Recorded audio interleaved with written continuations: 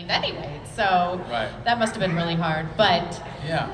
But I didn't want to do another part until I took all the weight back off. I didn't want to, you know, I was too young to be cast like that. Right, I right. wanted to be considered for many things. It couldn't have been a better, you know, diversion from that character to play a Thor-like character. And, you know, even though you weren't technically Thor, a lot of people credit you with the first on-screen appearance of Thor. And I appreciate that, but I think that they handle it pretty good right now. As you should. So that was really interesting. But let's talk about Men in Black for a minute. Okay. This is a master class in physical acting. Your embodiment of Edgar the Bug in Edgar. Tell us about your preparation for that role. Did you just dive in, or how did you come about? Well, it's really interesting because they're all kind of long stories, but I can tell them if you want me to. We want them, right? So Barry Sonnenfeld is an incredible director, and he at the time he had done Get Shorty. He started as a DP, designing shots and stuff, Barry, but he directed this film, Get Shorty, and I just thought it was fantastic. And then one day a friend called me and said, Barry wants you to look at a part for his next film, this Men in Black thing. And I said, great. And she said, well, there's one condition. And I said, what is it? He goes, well, she said, well, Barry doesn't like to talk about acting. And he's afraid that you're going to start talking to him about acting. And he doesn't want to do that. He just wants to know if you want to do it and if you will. Would you? And I'm like, now, meanwhile, I didn't know that it was about what it was about. And so I said, yeah, send me the script. And so I read it. You were thinking Men in Black, like another war movie, or maybe... Well, I had no idea. Can you imagine, like, before that, seeing that movie, right. what it was going to be? Exactly. Yeah. So I went home and I read it, and I'm thinking, okay, so he wants me to play a giant bug that comes from space and steals somebody's body and then walks around the whole movie like that. And yeah. And I'm not allowed to talk to him about it?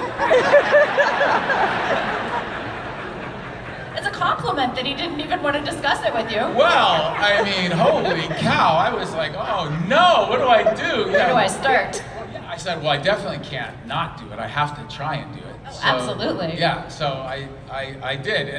And so I agreed to do it. And then, so I tried everything. I was looking at bug documentaries, you know, like I looked at like 20 bug documentaries, and I was so bored. I remember the last one I looked at, I was staring at it, and I was watching this beetle cross this porch in this very wide shot that like panned in super slow like this. Like a Kingsburg yeah, bug and you're watching this beetle, and I'm like looking at it, I'm like, what am I doing? Like, this is not helping at all.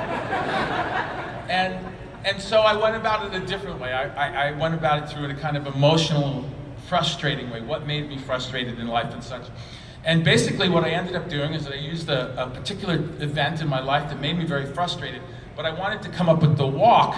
And so I was walking by a sporting goods store, and in the window were these braces that basketball players wear on their knees. It's like here, and then there's a hinge here.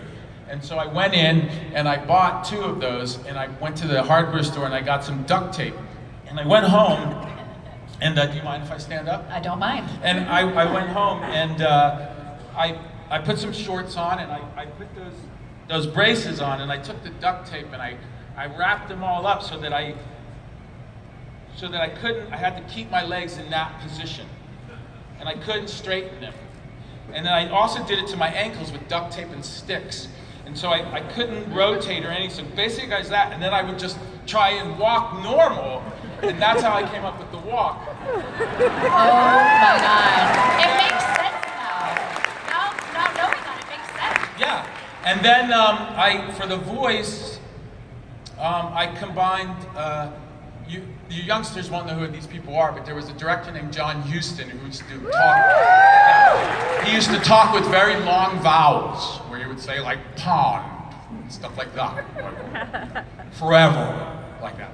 And then there was another actor named George C. Scott who kind of talked like this really quick. So I combined the two voices and came up, you know, Hansko, you know, like that. That's how I I mean, that is like, it is such a brilliant performance, and I know you did win some awards, but you should have won more for that. I think so.